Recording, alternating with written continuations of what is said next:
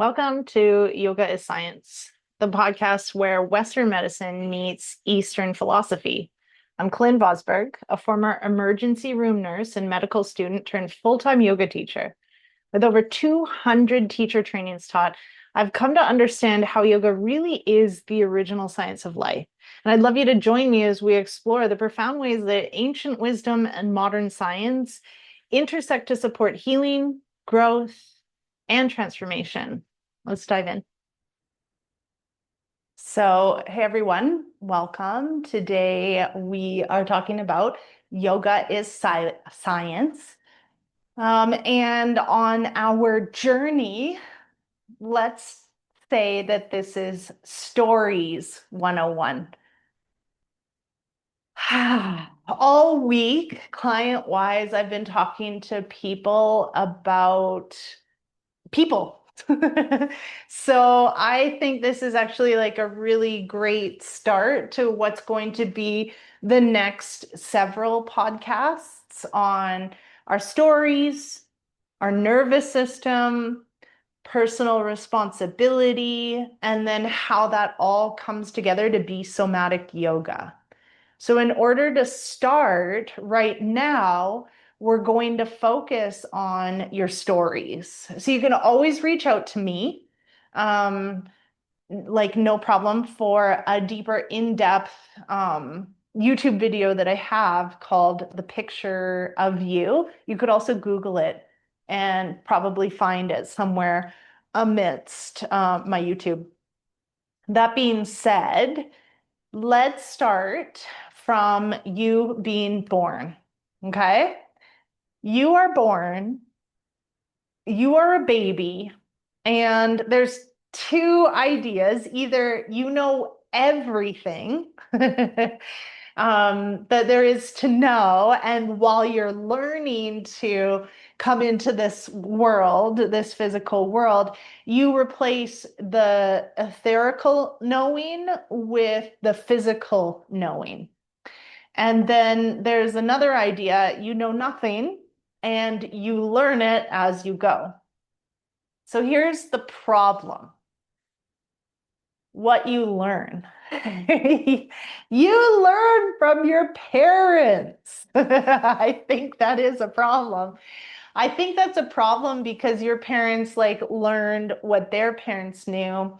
And right here and right now, as a 46-year-old woman, I can't even believe that I can say that, but I can. I am that age. My grandmother was in World War II. So my great grandmother was an adult during World War II. And that is around the Great Depression. So basically, like my grandmother, my mother, and then myself are raised on principles from the Great Depression.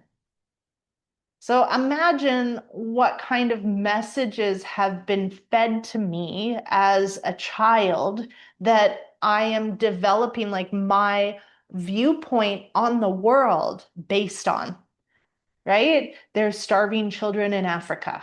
Eat all of your dinner. Money doesn't grow on trees. Like there is a huge um, amount of beliefs being poured into me based on the Great Depression. And not just me. Probably you as well. If you're below, like younger than me, below my age is what I was going to say. If you're younger than me, then you also have like lessons from your parents that are grandchildren, great grandchildren of people that were in World War II. So you're born, you either know everything and all your knowledge is being replaced by our earthly brains, or you know nothing and everything that you learn is from the adults that raise you. It's kind of a scary thing, right? Think about yourself as a baby. You do not have a conscious mind. How we know this is because when you're a baby and you're hungry, you cry.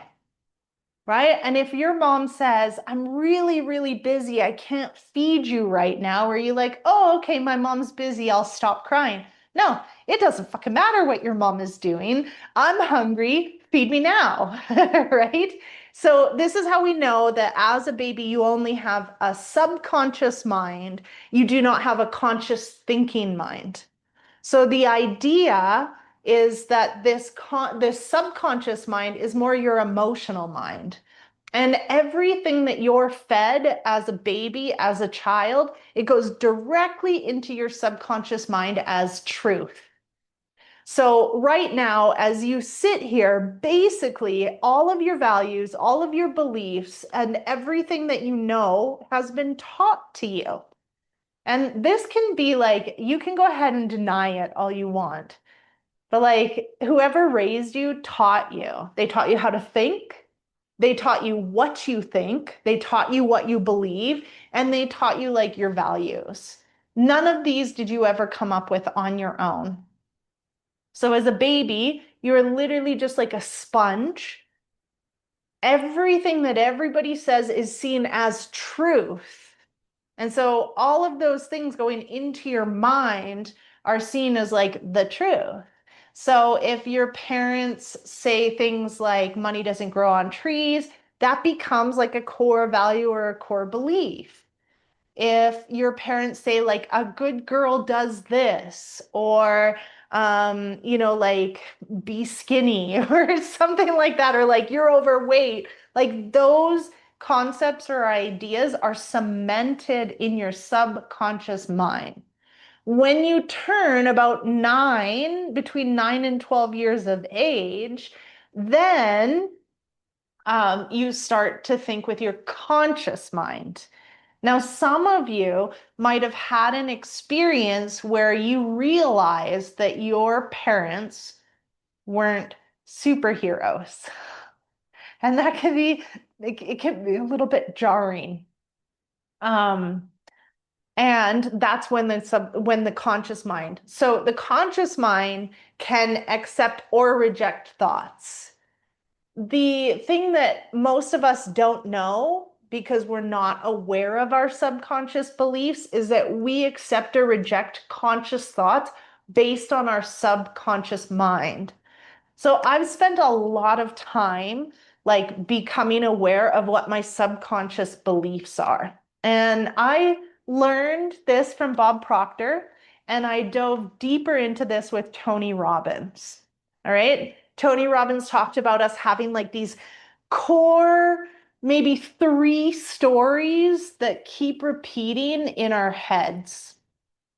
So a lot of the time when I'm running a workshop, I'll say they're actually pretty easy. They're there, they're present in your mind right now. You're thinking them all the time. The idea is that you need to slow down, you need to be quiet, and you need to listen to your own default mode network, your own voice in your head, which is not you, by the way. And you'll start to know exactly what your stories are. So if I ask you, why don't you have $1 million? Or like, what do you want most in your life? Now, why don't you have that? Your first explanation to me is going to be related to your story. So why don't you have $1 million? Or like, what do you want? What do you dream of most in your life? Now, why don't you have that? Why don't you have, like, if you're looking for a partner, why don't you have a partner? And I want you to like answer me. So I've heard lots of things like, I'm not smart enough. I'm not lucky enough. Um, Dating in my 50s is impossible. All the good men are taken. Like I hear so many stories, and that's exactly what they are. They are stories, and those stories are related to your subconscious beliefs. There's about 3 of them. And let me tell you, it's all rooted. The base root is I'm not enough. So it's all rooted in I'm not enough, but that's not your story. So I'm going to be straight up. My mother could be listening to this. And it's just based on the stories that I created as a child in my subconscious mind, based on what was going on in my life. I also see this like applied to my children. When I had children, I was a child, literally. So I know their stories. Actually, I've worked with my kids through some of their stories, which are reoccurring, to be honest. So I like carry a lot of my own, oh, shit, sorry about that, guys. So of course, like I have those as well. So I'm really clear on what my three stories are. Usually, if I get you to sit with some feelings in your body or answer the questions, it'll be rooted to like a story that's really ever present in your mind. So I have one. That story is like I don't belong. And I know as a child, I always felt like different than my family.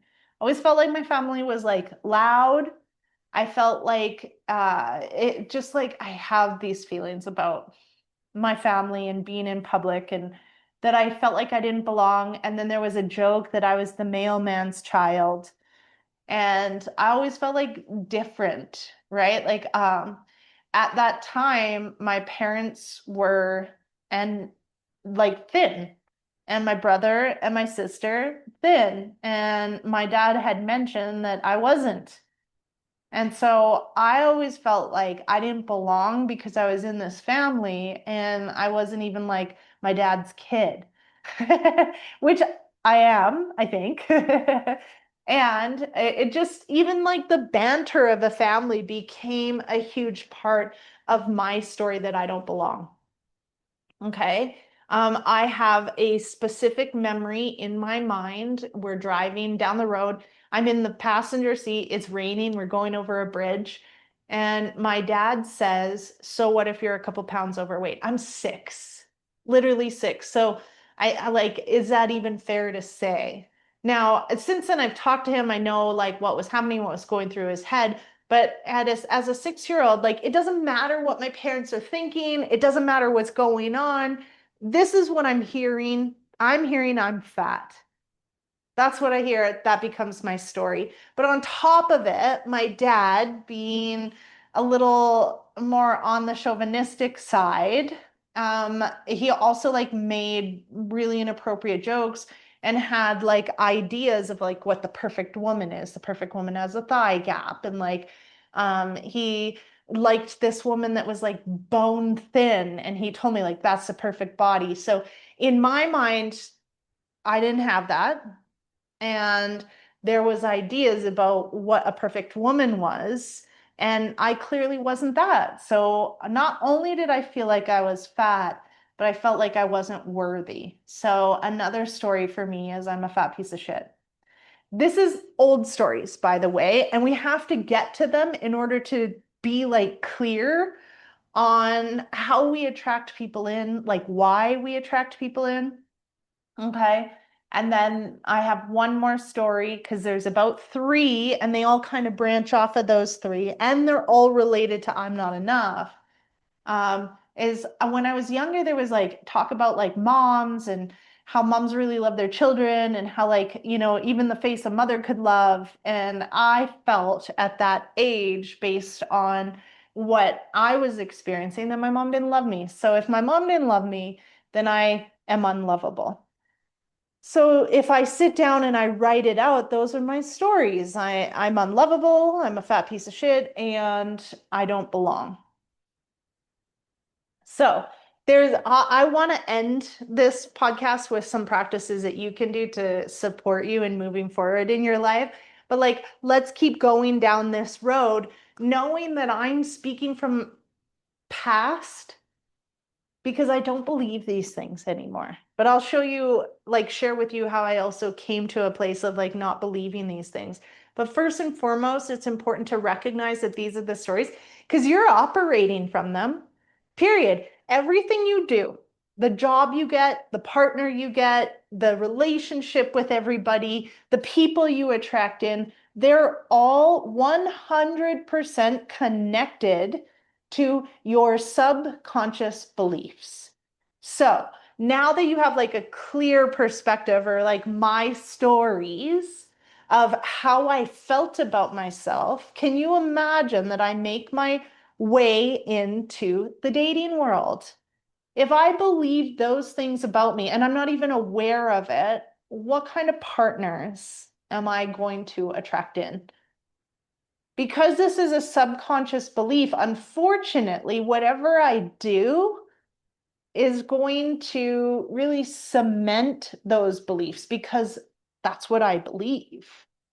And when the conscious mind comes in, the conscious mind doesn't come in like questioning that. The conscious mind comes in with that as a core belief and questions everything else. So if I feel like I don't belong and I go to get a job, you can imagine that I'm going to get a job in which I feel alienated from, right? And guess what I did? I continued to do that and then fight the good fight, which I think actually was just drama. But I didn't know that because I wasn't even aware that I was acting from a place of I don't belong. I'm unlovable. I suck. Yet I kept playing that out. So let's say I get a partner. It's from a place of I'm unlovable, I'm fat, I don't belong. And that person says, I love you. The conscious ability to accept that based on my core belief is I'm going to reject that. You can't love me because I'm unlovable. You may not know it yet, but I'm unlovable. So most of us are acting unconsciously every day with everything that we're doing.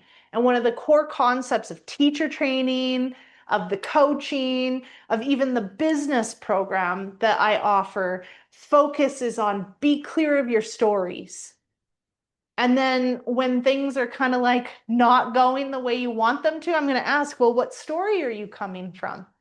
And that offers people the ability to be like, oh, wow, yeah, I'm coming from emotions are bad.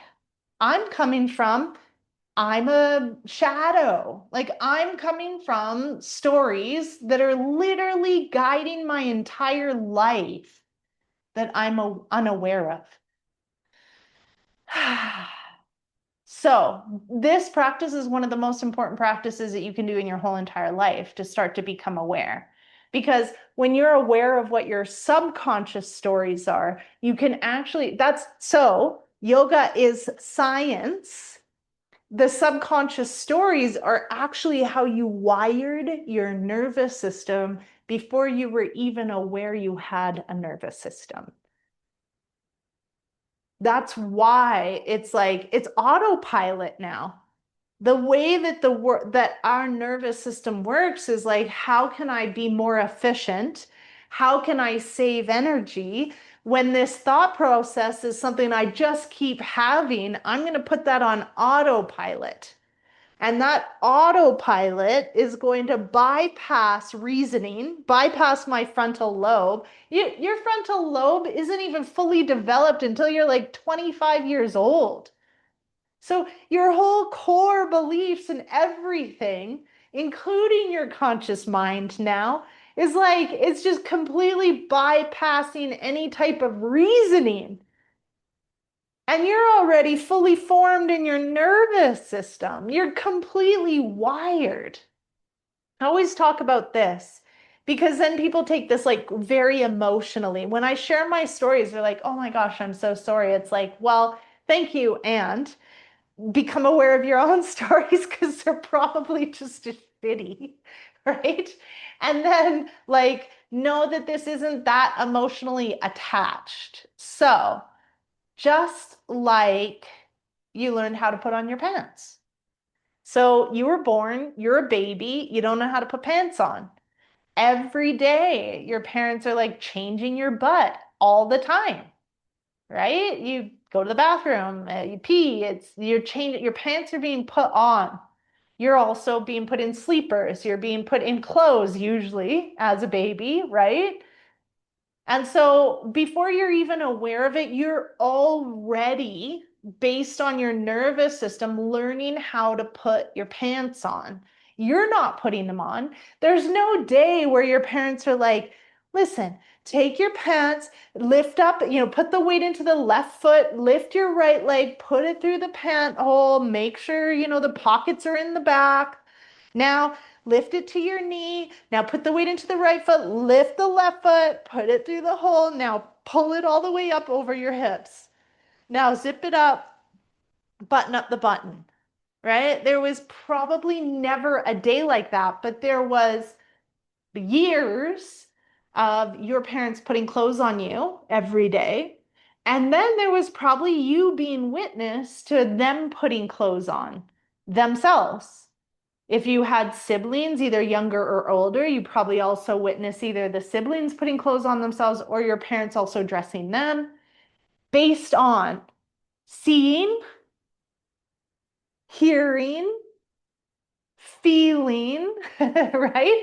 Everyday repetition, your nervous system knew how to put pants on before you even started putting your pants on. And then one day you were like, no, me.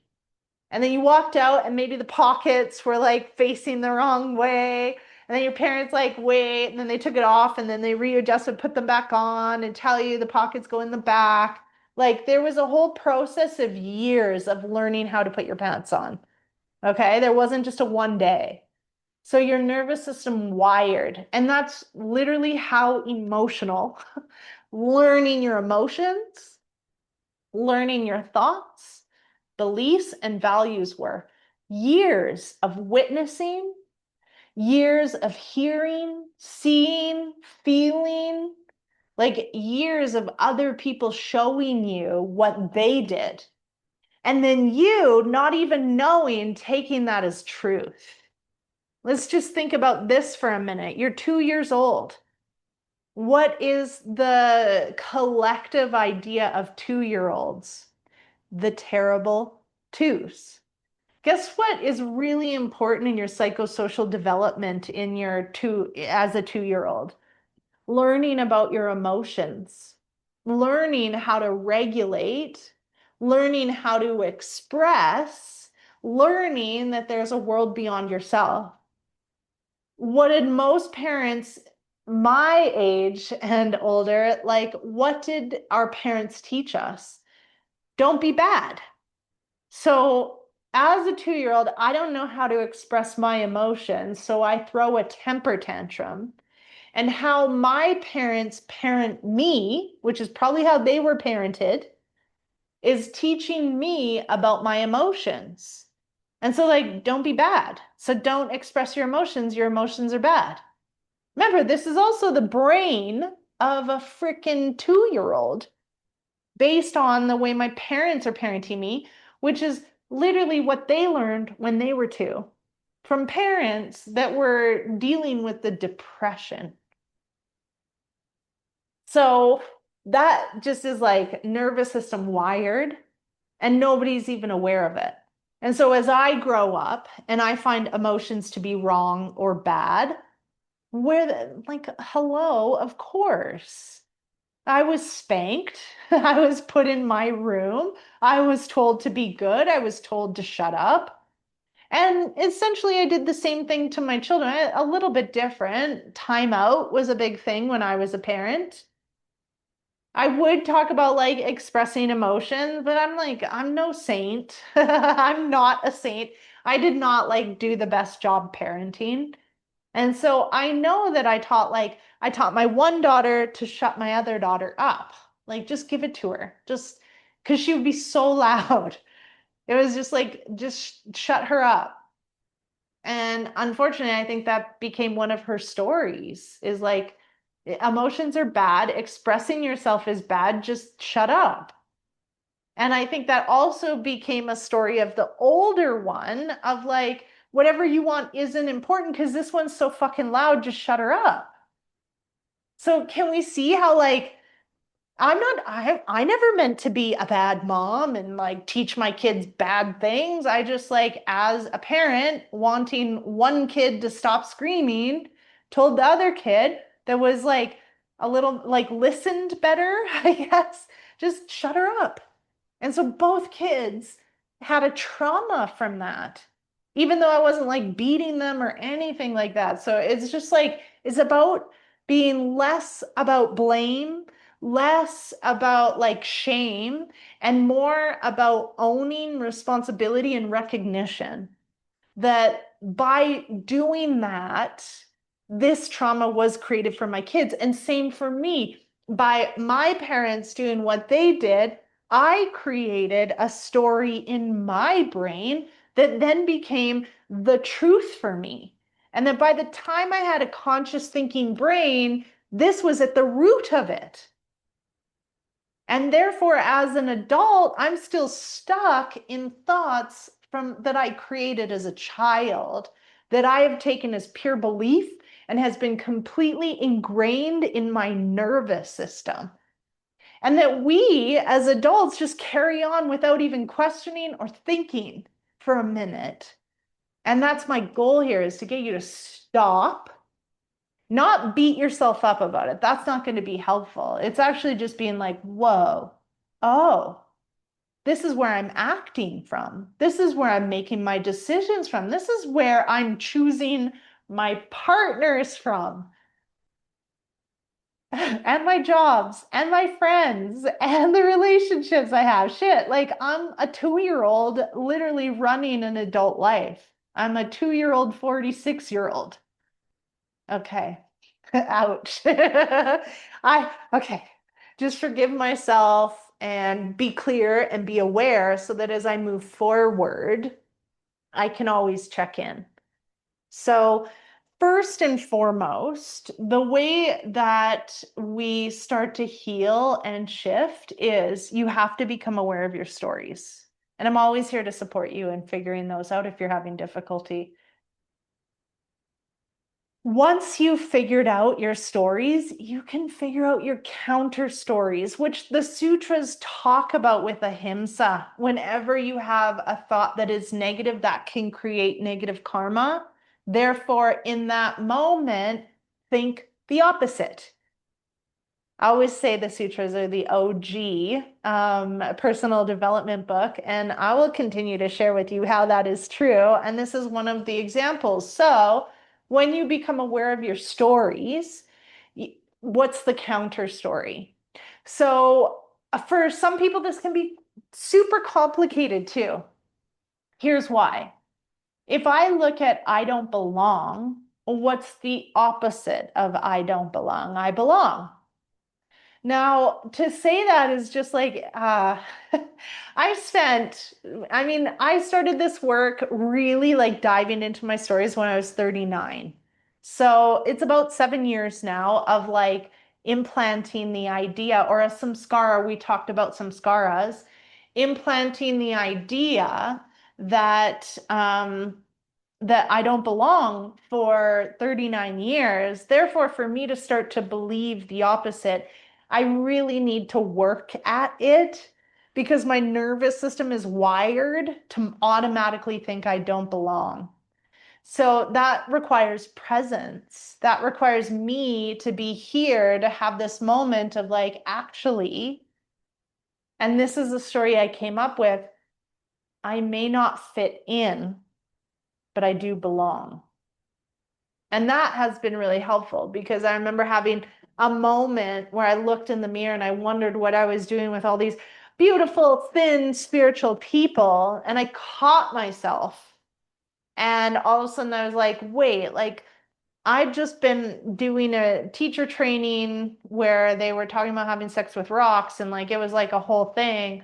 And so many students from that teacher training were just like, I'm so glad you're here as a grounded presence. Like you are really needed. And even though I didn't really fit in with these spiritual rock sexers, I, I did belong in that training because I added a balance of groundedness to the ethers and gave the opportunity from a grounded perspective to realize that maybe you also can have sex with rocks if you want, if that's what, I've done a lot of really weird things and it's been interesting, and I remain grounded. So that was really like an opening to like, oh, wait, hold on, this is true. I may not fit in, but I definitely belong. Like I'm here and therefore I belong. So that is one of my counter stories. I don't belong. I may not fit in, but I definitely belong. And when it comes to like I'm unlovable, the opposite is really I am lovable.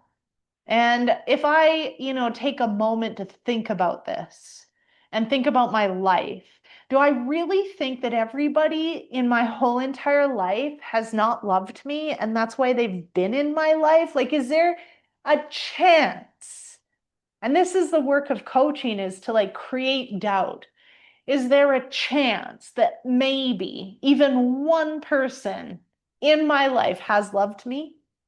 And therefore that means that I am lovable, period. So I am unlovable. The opposite is I am lovable. And whenever I recognize myself in a place of like acting from I'm unlovable, which is often, to be honest, like something that I've done is like I've paid for everything in relationship, in friendship, in so many situations. I'll pay. And I started to realize that that is coming from a place of I'm unlovable and people can't just enjoy my company. I have to have more value than that. And so if I pay for everything, then people are happy to have me around. And it's a conundrum because I feel that people then rely on me to pay for things and that I do create this value, but like it's a gross value that is superficial and not deep. So I am lovable and I don't have to pay for everything. And if someone's not happy with that, then that's okay because my value is not monetary in someone's life. So that was helpful. The one that was the hardest for me was the opposite of I'm a fat piece of shit. Because of the fact that I felt so deeply, and every time I looked in a mirror, I felt like really unhappy with myself. I then connected to the idea of like, maybe I'm not so bad. Maybe I'm okay. And I started to like look around, and not in a way of like comparison of I'm better, but I would look around and be like, okay, what technically is a perfect body? Like, what contract did I sign that said this is perfect? What contract did I sign that said Barbie is um the measurements of perfect? What contract did I sign that said stretch marks are ugly? What contract did I sign? And I started realizing there was none. And that I think I'm a little like dysmorphic. And that when I see even like my 600-pound life, I honestly don't see much of a difference between myself and them. And that's not in a way of like putting down. It's just to bring me back to reality about like, is what I'm seeing like what is actually there, or am I viewing through a really strange lens? I am. And it became important for me to be healthy, drinking water, getting in my steps, working out. And the more that I did that and didn't see change, the more I realized like I really have this eyesight that is really messed up. And so I started to look at myself, and that's when I realized like I have green eyes.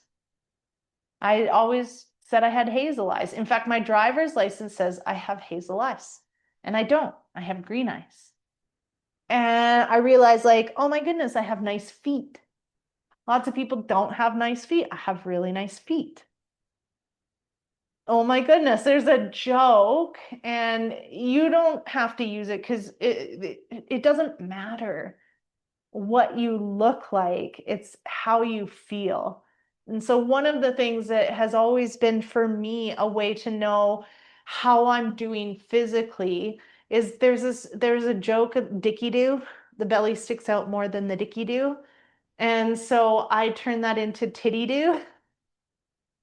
And this is by no means healthy. This is just me sharing like part of my process is I notice that when my belly sticks out more than my titty do, that I maybe could add a little bit more physical exercise to my practice.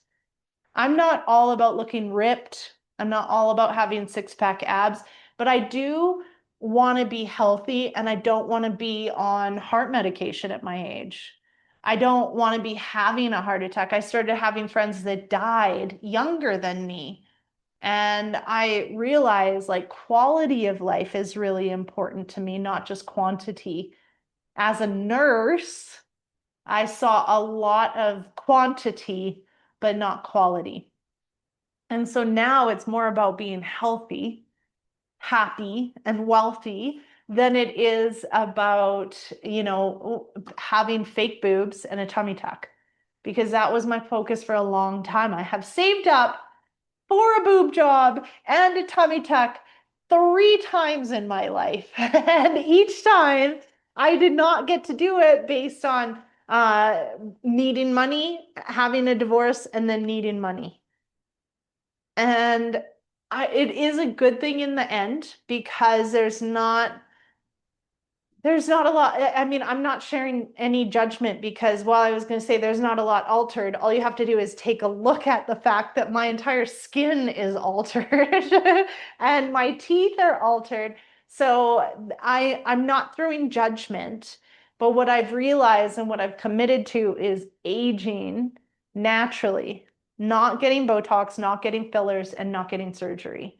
And that's what I've come up with. And it's hard some days when I look in the mirror and I see wrinkles and I see gray hair.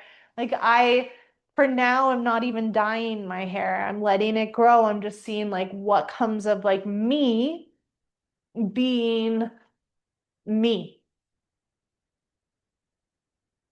All of it. And then being as healthy as I possibly can. So I don't want to get too far off. The idea is like stories. And I think it was like last session, or I've done a session on Samskaras. So I might be repeating things, but let me tell you, repetition is key and that it's really important. Like the stories are your samskaras, and the samskaras are your latent impressions. And the idea is like those are good, bad, ugly, amazing, all the things. Whatever it is, it's like really the groove in the record that the needle gets stuck on. And so if you sit down and you're quiet for a little bit, and this is what's amazing to me when people say they're not good at meditating, it's like give yourself a little bit of time to just sit and be quiet. And all those thoughts that keep coming up, that doesn't mean you're bad at meditating. That means you're doing exactly what you need to be doing. Now listen. And why is it that you're walking away with, I'm not good at this? Oh, because you're listening to the voice in your head that's telling you you're not good enough. You're literally hearing your stories, and you, instead of recognizing it's a story, it's a thought, it's not you, it's the voice in your head, you're accidentally misidentifying as it and then thinking you're bad at meditating. No, hello, that's why we meditate, so that you can become aware of what's going on when you're not paying attention. Because that voice that you hear that's like, oh, my back hurts. Oh, I suck at this. Oh, I have better things to do. Oh, I'm fat. Oh, this person's an asshole. That voice, that's why we're meditating.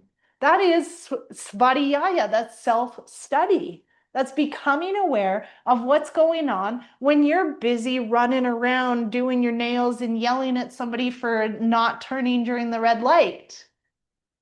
You're doing it and you're doing it well. You're just so misidentified as the bad that you're not seeing that these things are all presenting themselves as a way to get more of an understanding of what's going on in your brain, in your mind. So I think it's a good introduction or carry on And that's your homework, is to sit down and become aware of your three main stories, and then to come up with the three counter stories. And whenever I'm coaching anybody, whether it be in the business program or personal coaching, when someone starts talking about like an issue in their life, that is important. But I want to tell you right now, and I want to tell you right now that that's happening for you to learn from. Literally, you drew it in.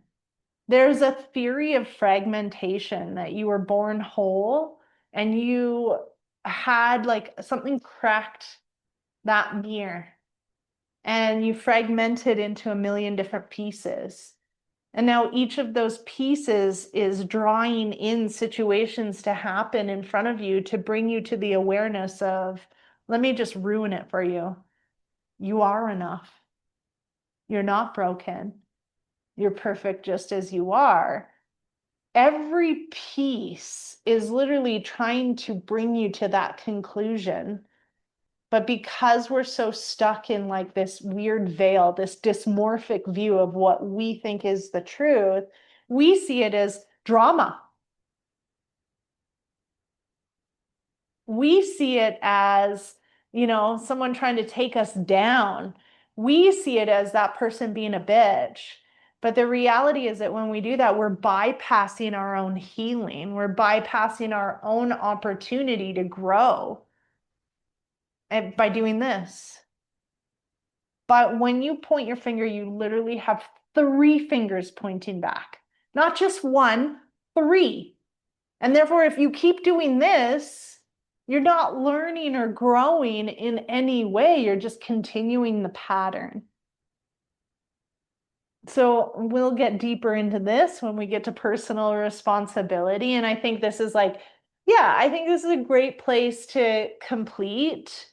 And we'll continue. We'll dive into like the nervous system, emotions, and then personal responsibility. And I think I've already kind of touched on them, but we'll go deeper so that you can understand from a different perspective that these are the key teachings to bring you to a place of your own like center and happiness in your life, rather than that everything is happening for you, not to you.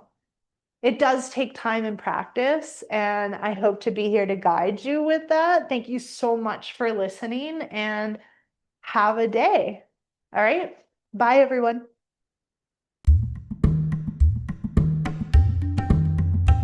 Welcome to Yoga is Science, the podcast where Western medicine meets Eastern philosophy.